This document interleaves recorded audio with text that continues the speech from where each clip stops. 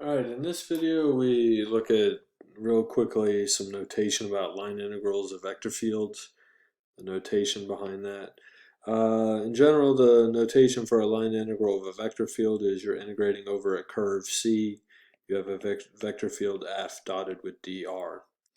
And dr in this example is the derivative of the curve dt. Okay? And the vector field is F1, F2, or possibly F1, F2, F3. Okay, so there could be a two-dimensional vector field or a three-dimensional vector field.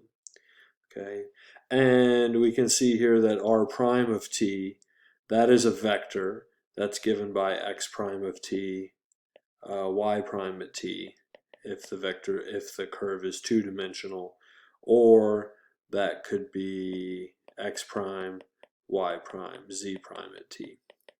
Okay, so if we essentially, there's an alternate notation for here if you actually do this dot product out. In the two-dimensional case, we would see that f, the vector field would be f1, f2, and then you would dot product it with x prime, y prime, dt. And if you do that dot product out, you will get the vector field f1 x prime, which is dx dt, and then there will be a dt, plus f2 dy dt, dt. Okay. So, and then if you put the integral on there, right?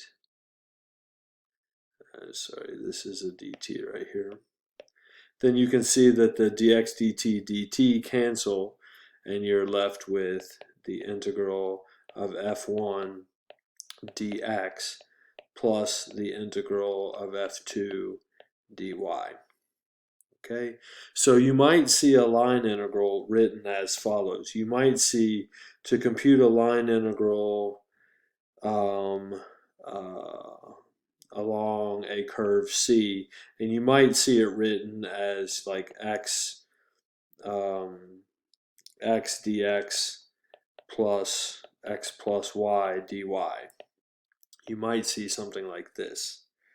Okay, and the curve, they may say something like that it goes from the point P up to the point Q, and it may go something like this along a straight line. They may have to verbalize that you go from P to Q along a line. Okay, and this notation, from this notation, it's a little bit perhaps more condensed.